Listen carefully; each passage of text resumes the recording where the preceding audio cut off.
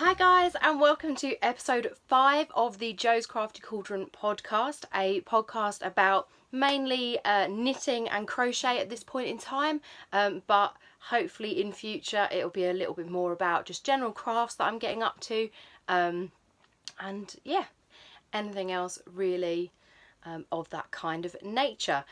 Today's podcast is mainly going to be on my recent visit to the Edinburgh Yarn Festival, and what I got up to sort of just before that. I think it's been a month since my last podcast, so I'm doing well. We're improving. It's not 3 months like it normally is. So anyway, what have I been up to knit wise, or well, craft wise, but it is knitting. So I haven't got any finished objects. I only have works in progress for you this week, or this episode should I say. So my couple of FOs that I actually had, that was it. There were no more FOs. No more FOs occurred. So just a little bit of chat to wrap around my whips. A week ago, or well, easy to say, 3 weeks ago, I went on holiday for 2 weeks.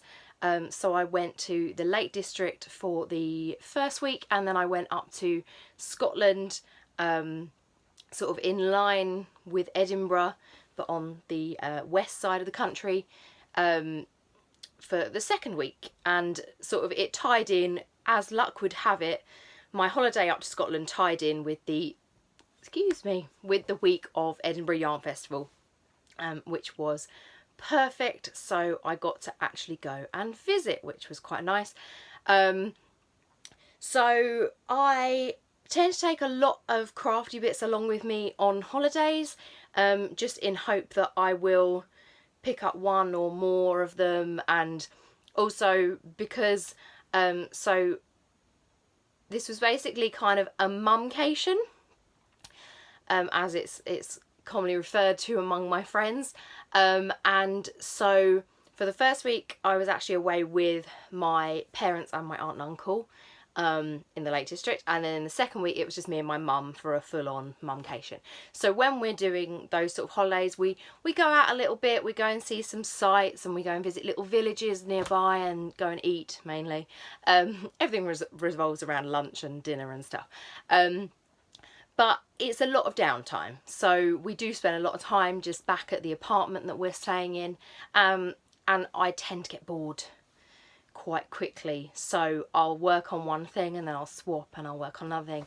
I was fairly monogamous this time. I kind of only defected once, I think, to do something else. But basically what I'm going to do is, rather than normally I show you all the works in progress that I've not even touched at all really in months, so as a little bit of a change, I'm actually just going to show you what I took on holiday, and show you what I then ended up doing. So the two things that I took on holiday with me that I didn't end up touching at all, was, the first thing is, as I mentioned on my last podcast, I have been trying to design I don't know if I said last time, it was a hat. Trying to design a hat that a character in a show that I've recently got into wears. I'm trying to design that as like a bit of a pattern. I took that with me in my thermal, it's a thermal lunch bag that I got off wish.com, or the app. But it's a really nice size. It's got a thermal lining, just in case you want to keep your wool like warm or cold. It's got a thermal lining, but it's quite a nice size to hold like your needles, your sort of knitty supplies, and maybe I think I've managed to fit 3 balls of wool in here. So although it doesn't look particularly big, I've still managed to get 3 balls of wool in there at a push. They were like just commercial sort of cheap 100-gram balls that I put in there. So yes, that's this pattern that I'm designing, so I'm not going to show you that yet because I haven't got very far and it would just look boring. So yeah, so that was one thing that I took with me with the aim of maybe doing something with it. The second thing I took was this is my Phoebe scarf, which is by Josie Paquin, which I got this off of Ravelry. Yeah, I haven't done anything on this. It's a striped sort of, it's kind of a, I don't know what you'd call, it's shaped, it's like curved shaped, really bad representation of this.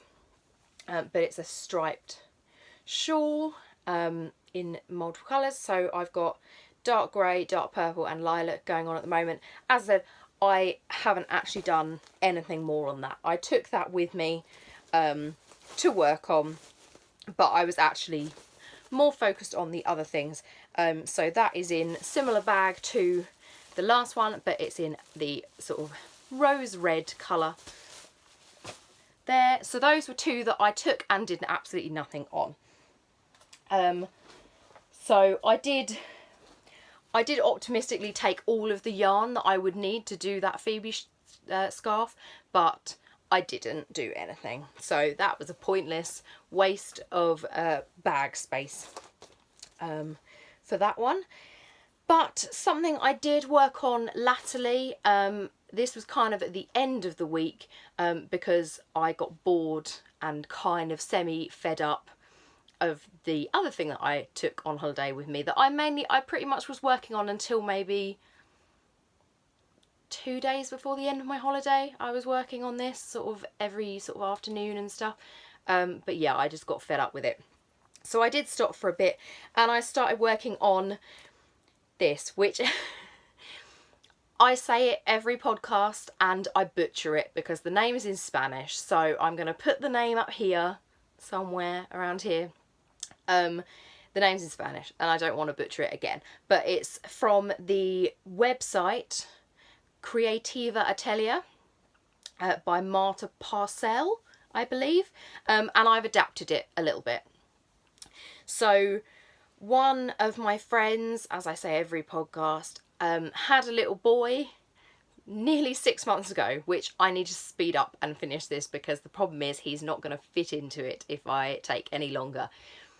He was born nearly 6 months ago. His mum is very into Disney. So I thought I would make a little Mickey Mouse baby outfit. So the stage you've seen so far, if you have been previously watching my podcast, is this stage. So this is the back of what's going to be a little romper. So this is the top that will go across their shoulder blades, and then it comes out wider. And then you've got this little bit at the bottom that will have the poppers to pop it underneath their sort of bottom and nappy bit. So that was where I was at the last podcast a month ago. Well, while I was on holiday, I ploughed through and I've got the front bit done. So the front bit is meant to look like Mickey Mouse's little outfit with the little buttons that he has on his little red shorts. There. I don't know which way is the best lighting. It's all terrible lighting in my flat. I thought I'd move in here. If you've noticed a different scenery, this is my mess that is my spare room. And what you can't see is there's a wall of rubbish in front of me. And I'm kind of tucked into a little gap where the chair fits. But yeah, I thought this room might have better lighting. Apparently not. It's maybe slightly better, but it's not great. Anyway, so I went through and I did this. So again, it's got the little bottom bit that goes around the front. Then we've got the main body, and then this goes up into the straps. And the straps will then go in half because then they'll attach to the back. So the next steps on this is that I need to obviously attach the straps to the top of the back piece. I need to sew the sides together, and then there is actually a technique to do some nice ribbing around the leg cuffs. So just a tiny little bit of ribbing just to neaten it all up a little bit. So I need to work out how to do that next. And then put some poppers on. So just a little bit. That'll take like no time at all if I actually focus. But yeah, so I've basically done that entire front bit in sort of just over an afternoon, I think. I just ploughed through that on that one. To go with that, the aim was to do some little, like a Mickey Mouse little hat and some Mickey Mouse booties, but I don't know if I will actually get round to that. And that is just held in, it's got loads of wool in here. That was all the stuff that I took to possibly be able to do all the Mickey Mouse themed stuff and the Phoebe shawl, Phoebe scarf, sorry. And it's just a canvas tote bag from Primark, so it's nothing exciting at all. So I'll dump that over there. So this final thing, which is just, I'm storing it in this massive like craft carry bag that I love this colour. I think I got it from the Create and Craft? Some sort of craft fair at Sandown Park. I got this a little while ago. So this is my latest attempt at the Stephen West dotted raise seed stitch pattern, I believe. I'm just trying to find something in here, which I've possibly taken out of here and dumped in here. So this is my third attempt at doing this one. So I originally planned to do this when, I'm not sure when last year, I can't find it, I've got no idea where I've put it. Someone, I think it was the middle of last year, something like that. Soprano Knits, Becky from Soprano Knits, and the Stringing It Together podcast, and Hannah from the Corner of Craft and the Crafty Chat podcast, they did a Stephen West knit along. And so I thought I'd join in on that. So I found the pattern I liked, which I liked the dotted raised seed stitch. I bought the wool I wanted to use on it, and I started to make it and follow the pattern, but I found straight away there were issues with the pattern, which within like the first 3 rows there was a mistake on the pattern, which Stephen had actually, someone had pointed it out, and on the Ravelry page for it, this person had queried it, and Stephen West had actually replied and said, oh no, this should say that. And so that was fine. So I carried on, having worked that out myself actually by plotting it all out on a spreadsheet as to why it was going wrong. I did have some other issues, which was more user error of the pattern, where I misinterpreted what he was saying with the pattern. And so once I'd worked out that that's where I had gone wrong and why I had so many more stitches than I was meant to have for a slightly later part, not that much later, it was quite early days. Once I'd worked out that that was the problem, it was fine, but I think by that stage I was just already fed up with it. The colours I'd bought I was fed up of, so I wasn't happy with my colour choice anymore, so I kind of gave up on that for a little while. The time to do the actual, be part of the knit along that they were running had passed, and so I just kind of forgot about it. But then, was it I'm trying to even think, I don't even think it was last year, it might have been the year before last. That's so bad. It might have been, I don't even remember, was it like late 2016 or early 2016 maybe. But anyway, I kind of gave up on that, didn't enter because I had nothing to enter, but then I went on holiday and I took this along with me and I really got into it again. And then I got to a certain point again, I knew all the previous issues that I'd had and possible little tiny odd mistakes that kind of got rectified. It was mainly stitch count errors, but they tended to be rectified in the following row and everything was fine. Then it was coming to the end of that holiday and I hit a point in the pattern where it was just wrong. It was the written out pattern stitches was off. It was completely off, and I was having to go back on myself so much and redo it, and I kept being like, well, why is this going wrong? And at that point in time I wasn't a good enough knitter, or I didn't have that much experience of sort of slightly, I know it's probably to most people it's not a complicated pattern, But back then it wasn't just straight knit pearl, which had tended to be what I had done before that. So because it was that slightly little bit more complicated, I didn't have faith in myself to actually know how to fix it. And so I did kind of try and get advice from other people on Ravelry and things. There was one person on there who had pointed out that she'd actually done it and she'd found a mistake exactly where I had found a mistake. So I messaged her because she said, "Oh, see my project page for comment." And I looked at her project page for that and there was nothing there. So I messaged her and she said, actually, she ended up frogging it in the end. So maybe that should have been a sign to not carry on with the pattern. But I tried to persist. But then, as I said, the holiday ended and I never really picked it up again. And that was last May, early June, that holiday was. And it's taken me until now to re-pick it up and kind of just do it. But what I was kind of also, what wasn't helping was, again, I wasn't happy with, on the whole, with my yarn choices, like my colourway choices. So there was one bit of it, one wedge that I'd done so far that I didn't like. So it uses 4 different colours.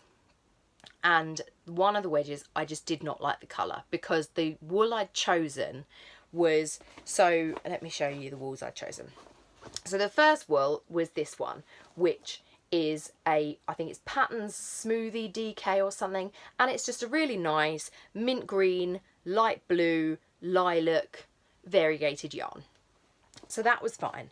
Then my second colour was just this is a Women's Institute DK, I think.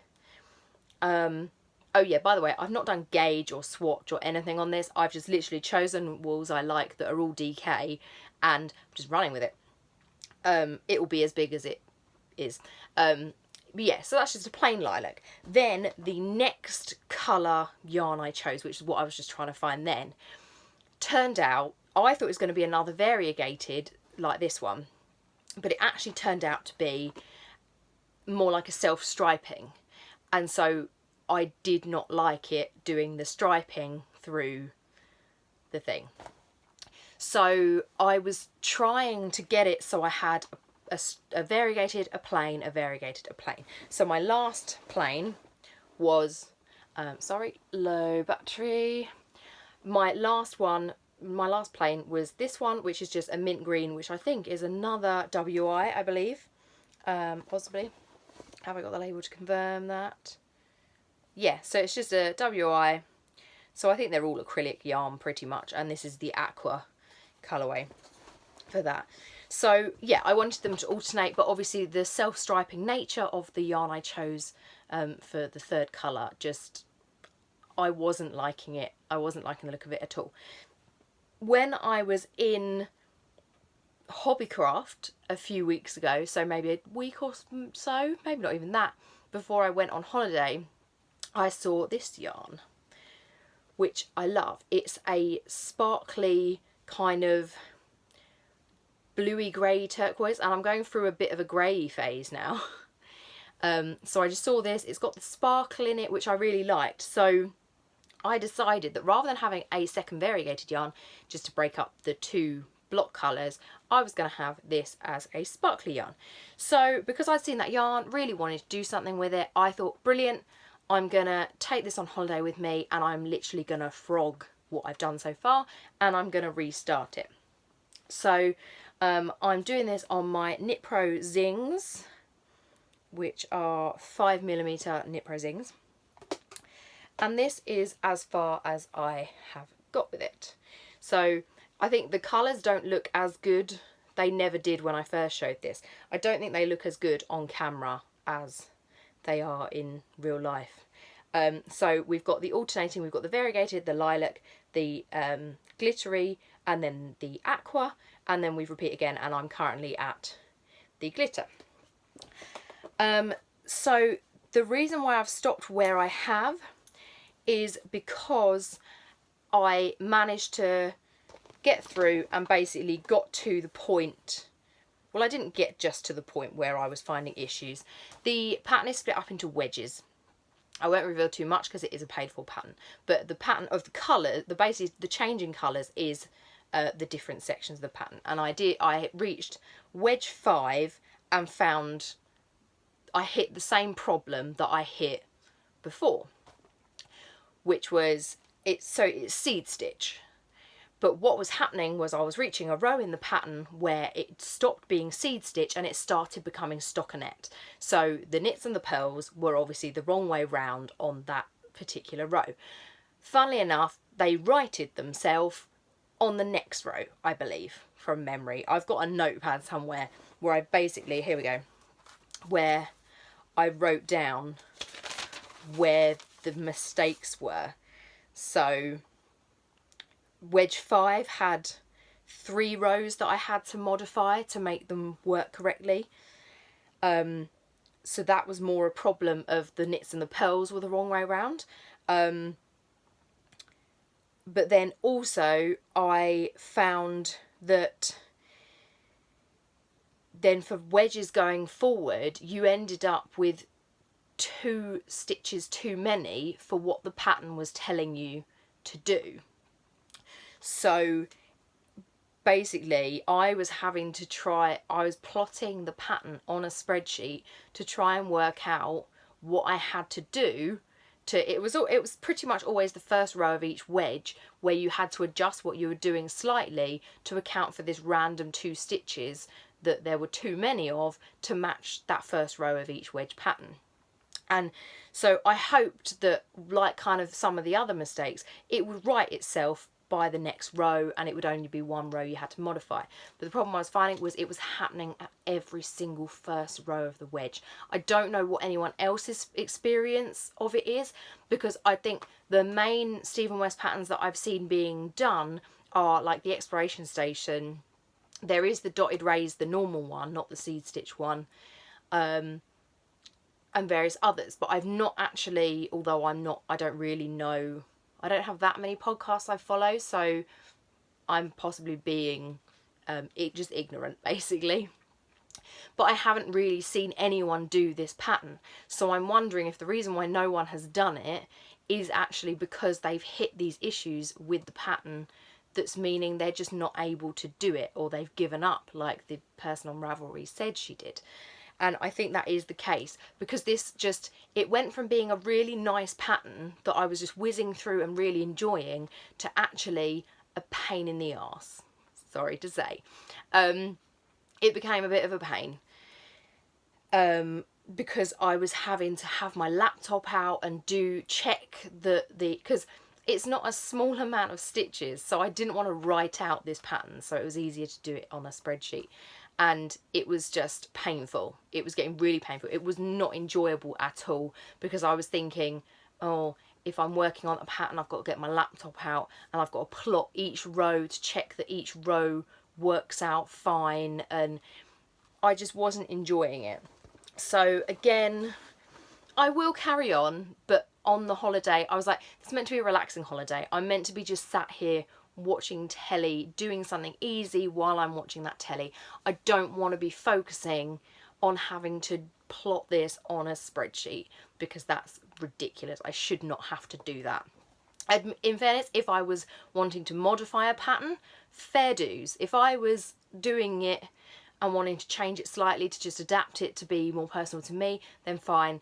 But to just be following a pattern straight, I should not be have to be doing that. So it was getting annoying, which is why I went over to then do that Mickey Mouse rompery thing. So that was that. So they were all the projects that I actually took with me. So now I will get on to Edinburgh Yarn Festival.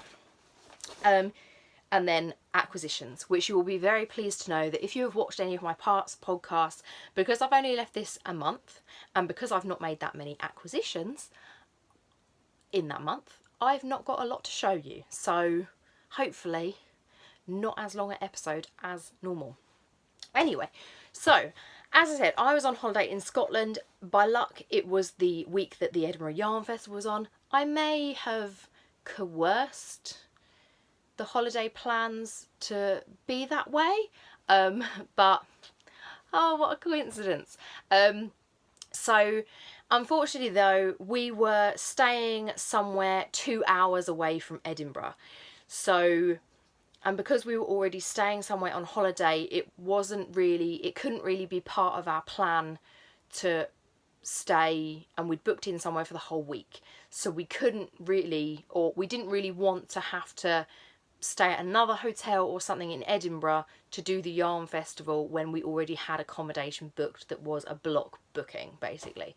So unfortunately, and because it was a 2-hour drive there and a 2-hour, well, what turned out to be a 3-hour drive back, actually, we didn't want to go up for more than one day, unfortunately. So we did end up having to do the whole of Edinburgh in that one day, which did sadly mean that I only got to go to the yarn festival for a couple of hours in the end, which was a bit of a shame.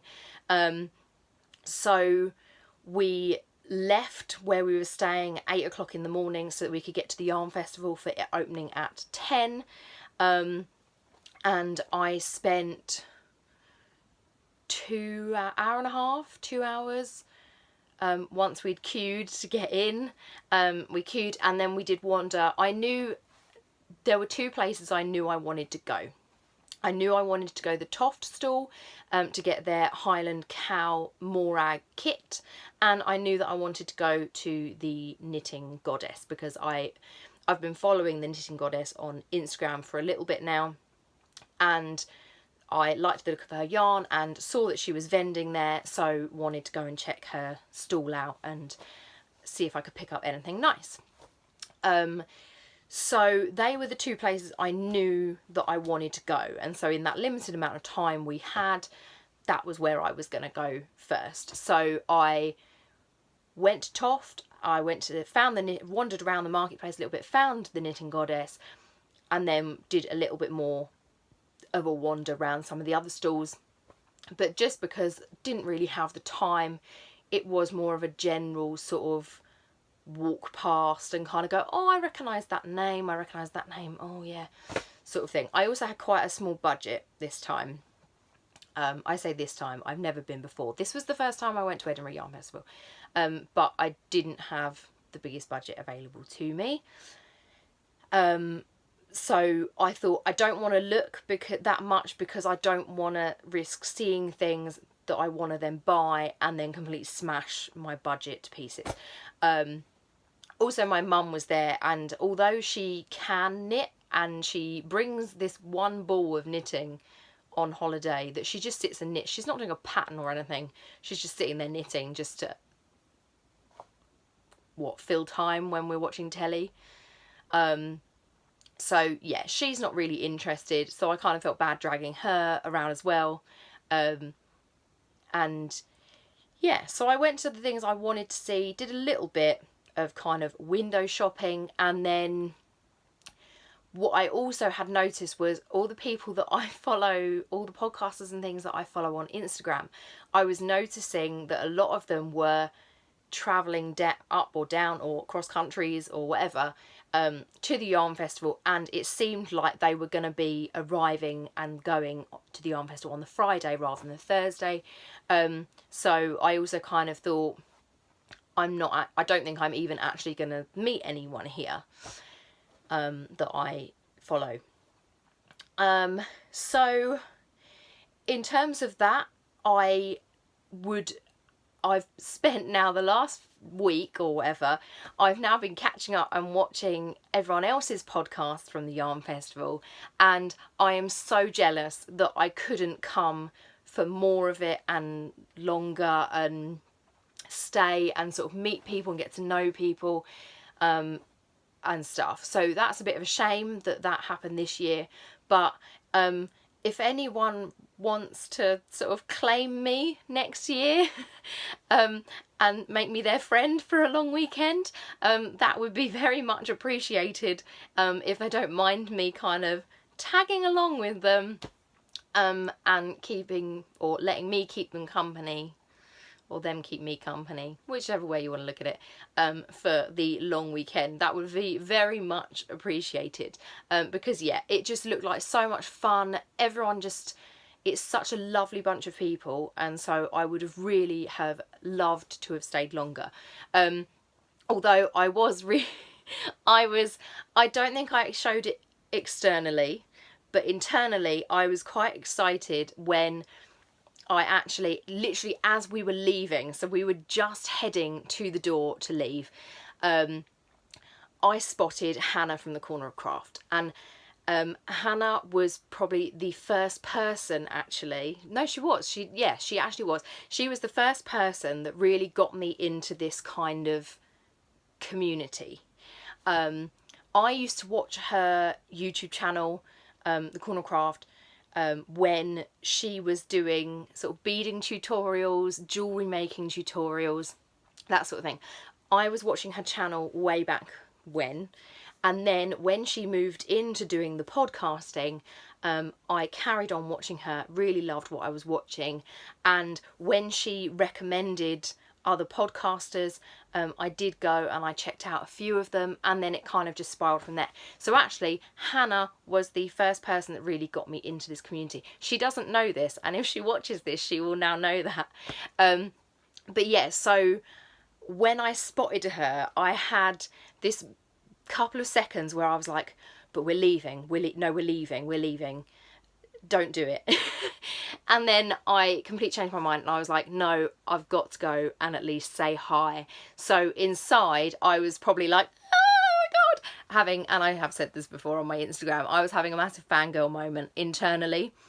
But thank you, Hannah, for confirming that I didn't seem like that at all, from outside. But yeah, so I met her. She's so lovely. It was so nice to meet her in person. She was really nice, although I could tell she was a little bit frazzled because I think she'd literally just flown in, landed at Edinburgh, and then come literally straight to the yarn festival. So she was a little bit frazzled.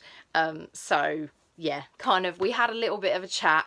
And so yeah, it was a real shame that I was having to rush off because, oh my god, it would have been amazing to have carried on chatting to Hannah and sort of meet everyone a little bit more. But hopefully, yeah, if next year someone wants to, well, I say adopt me for the long weekend, that would be very much appreciated. Anyway, yeah, so we did have to rush off, and then we went into Edinburgh city centre, and we did 4 hours of walking around in the pouring rain. It was the worst day for it. It was, we'd literally, for the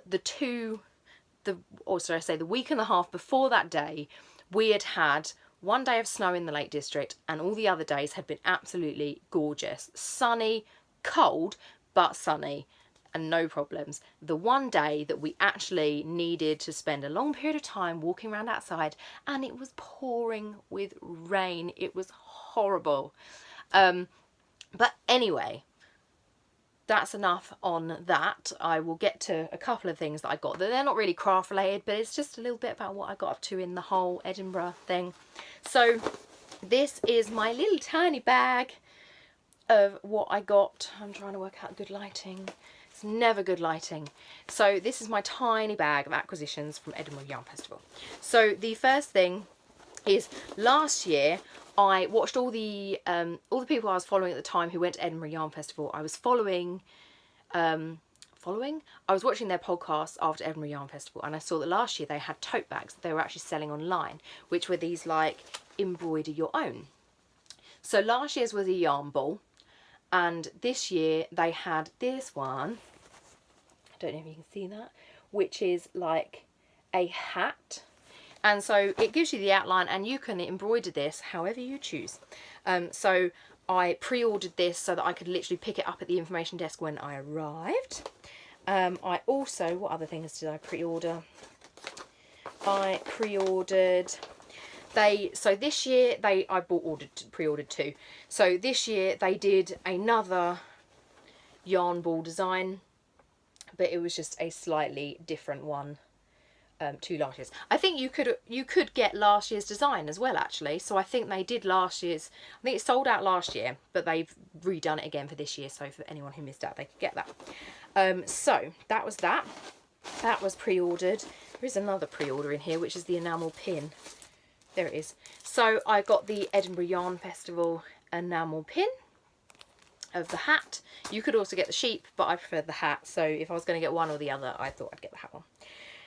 So as I said, the first place to go was the Toft stall, where they had the giant crocheted morag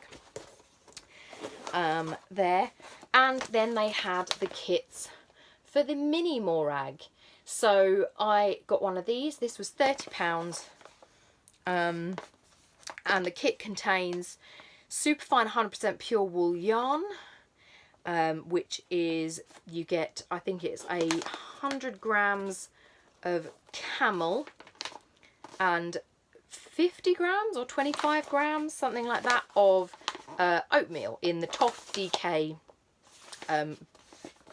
wool base. You then get the premium polyester toy stuffing, easy to follow crochet pattern, 3mm crochet hook and wool needle.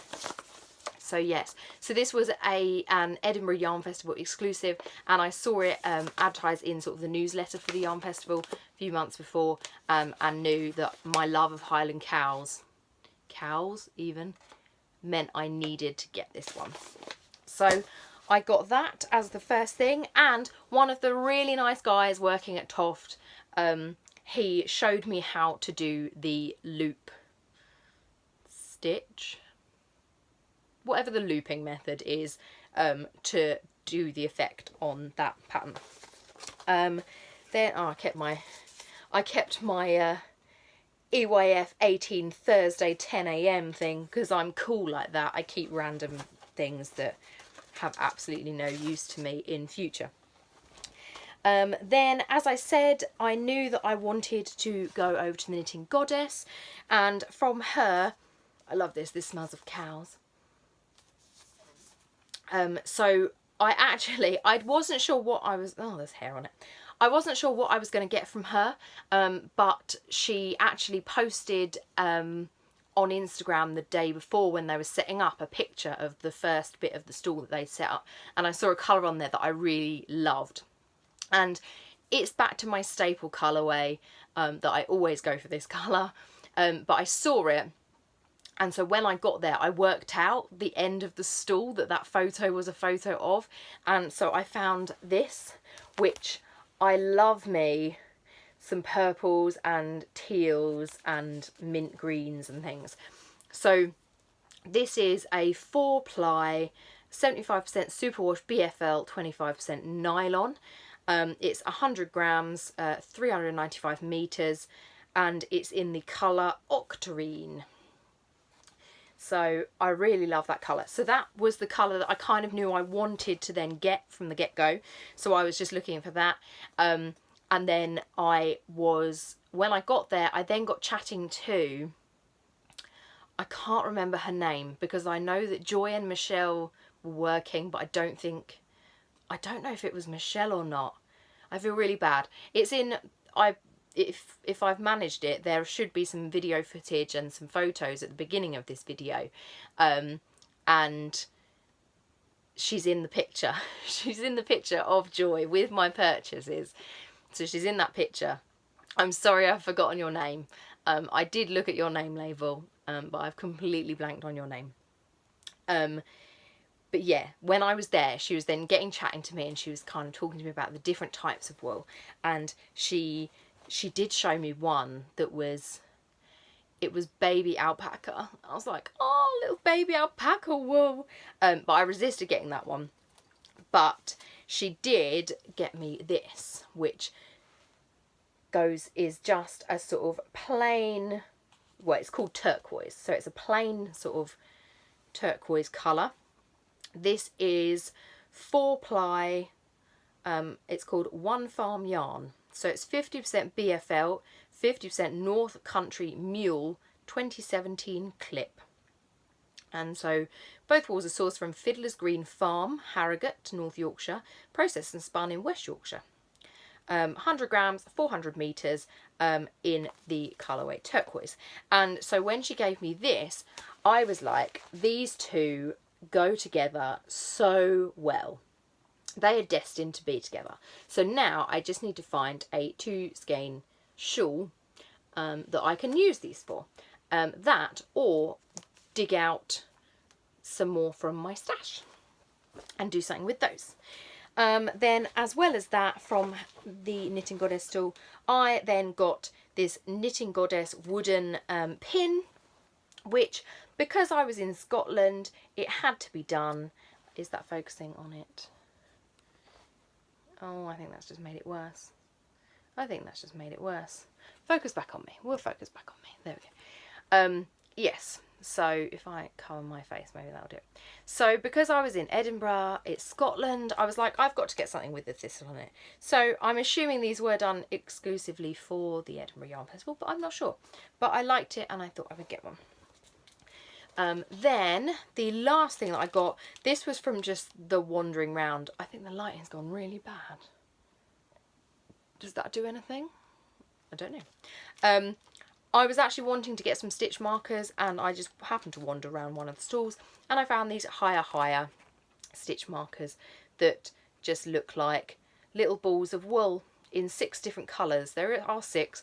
There is a purple one down here that you can't really see because the background's purple. So we've got purple, turquoise, love it, lime green, orange, yellow and a red. And I think that is it. Yep, the only thing in there now is just the map. So that is all. So let me try and quickly get those back in there. Da, da, da. Okay. So that was my Edinburgh Yarn Festival haul. I've got, as I said, I've got a few more little bits that I just thought I would talk you through. So the things that we got up into Edinburgh, like city centre, were kind of things that were more not really craft related. They were more history related and Harry Potter related, which links to the other side of this channel. So Edinburgh is a hotspot for Harry Potter related things. So we went to the Elephant House Cafe and had cake there, and that was where, if any of you care, that was where J.K. Rowling wrote the first 2 books. Then behind that you've got a graveyard which has a grave in it that is Thomas, I don't think it's Riddle, I think it's Riddell Esquire, which is believed to be the inspiration behind Tom Riddle. So we went, and it took us ages to find that, and I nearly fell over in the mud to get to it. We did that. We went and found a Harry Potter shop. We went down a road that kind of looks like Diagon Alley. We did have a couple more stops that were Harry Potter related, but because we were cold and wet and it was still pouring with rain and our feet hurt, we did give up in the end on those. But one of the places we did go to first was the real, no, that's the wrong one. We went to the real Mary King's Close. I'm now throwing things everywhere. We went to the real Mary King's Close, which, as I said, because we didn't have a great deal of time in Mary King's Close, it was a flying visit. So I'll just be quick about these because they're not really craft related. So I got a postcard in the Elephant House, which is meant to be a painting of J.K. Rowling sat at a table in the Elephant House finishing the book. And it's known as the Elephant House, the birthplace of Harry Potter, and they had little badges. So I don't know if you can see that. So I got a little badge. We then, as I said, we went to the, got leaflets everywhere. We went to the real Mary King's Close, which is basically, I think it's an underground town that basically Edinburgh was kind of built over. And I'd heard of it, and then I actually watched it on an episode of Most Haunted, and I was like, oh, I'd really actually like to go there. But they say that the tour is about sort of an hour, hour and a half or 2 hours. So we didn't really have that time to spare, unfortunately. But as a token gesture, I bought the guidebook. I bought the blanket badge, which I have loads of blanket badges that I aim to one day finish sewing on my blanket, but it hasn't quite happened yet. I also got, they had a penny press. If I go anywhere and it has a penny press, I get a penny press. I don't know where that is, it's probably in my purse, so I can't show you that. And I also got, they had a little medallion machine thing, and I do like to collect coins and things like that, like the special coins that you get in your change. I keep those if I find any. And yes, so I got this medallion as well, which is also, I believe, in my purse. So yeah, that was a flying visit. It was a shame. That's why I would like to make more of a trip to Edinburgh next year if I can go to the Yarn Festival, and maybe actually do that tour. So if anyone next year does go, and I do end up going, and they would be interested in come along to a tour with me, then please do. Then just staying on things I visited. When we were in the Lake District, I visited Hilltop, which is Beatrix Potter's house in the Lake District. It's quite a big house, but it doesn't take very long to get round, which was a bit of a shame. So we went there. And yes, that was basically Edinburgh. I'm trying to think what else I've got in this bag. I've got really boring things, like I went to Hobbycraft last time I went to Hobbycraft, and I got this bag that says practice random acts of crafting, which I thought was quite cool.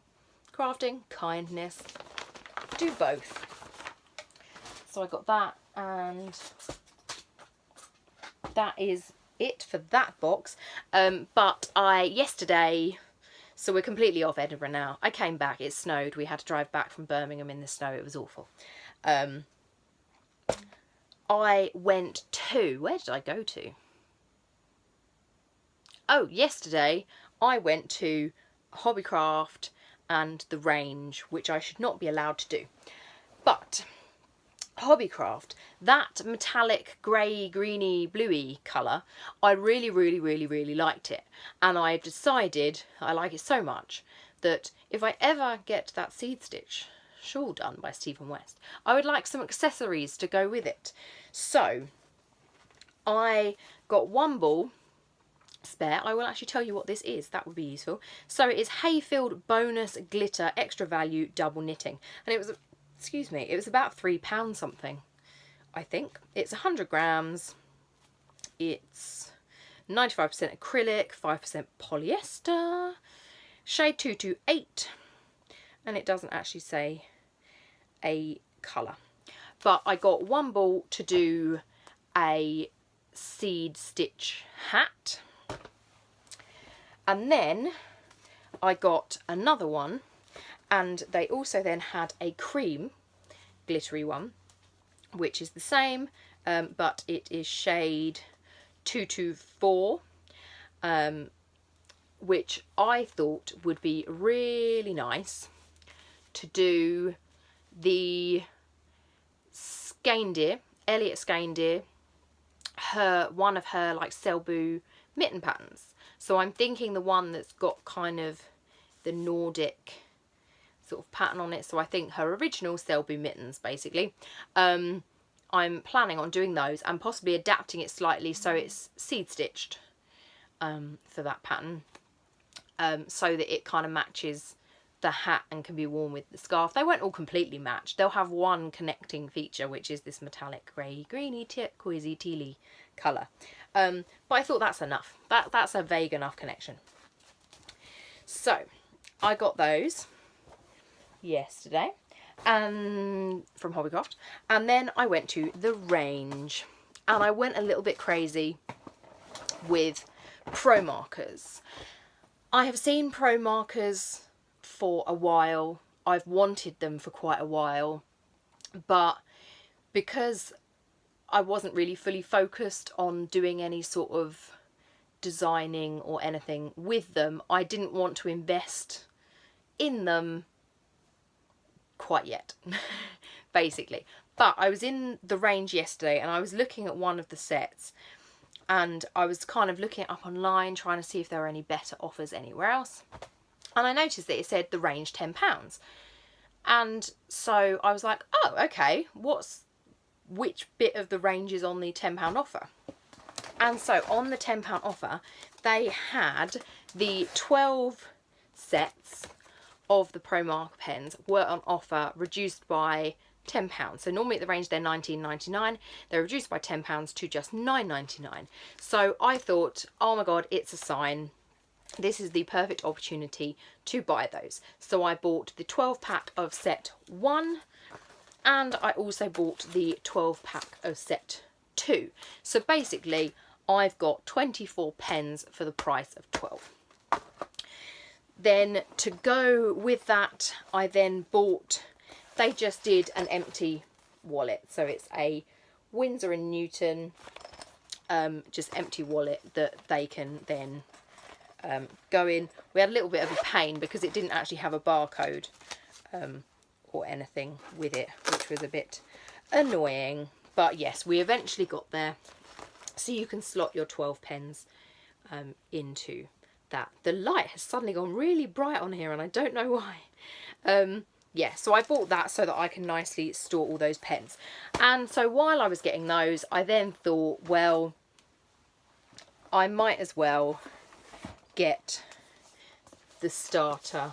I think it's the student designer set of 24. So this was £29.99 from the range. But yes, so that's got 24 pens in it. So the whole range of these does actually have 148 pens in it. So I've got, really terrible maths, 48 of them so far. Although I think 3 of them were crossover.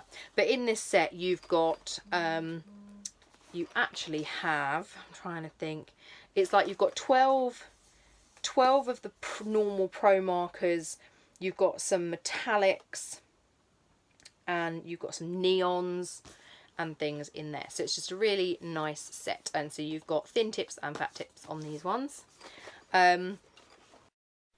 Sorry, phone just gave up and died on me then. Luckily that was pretty much the end.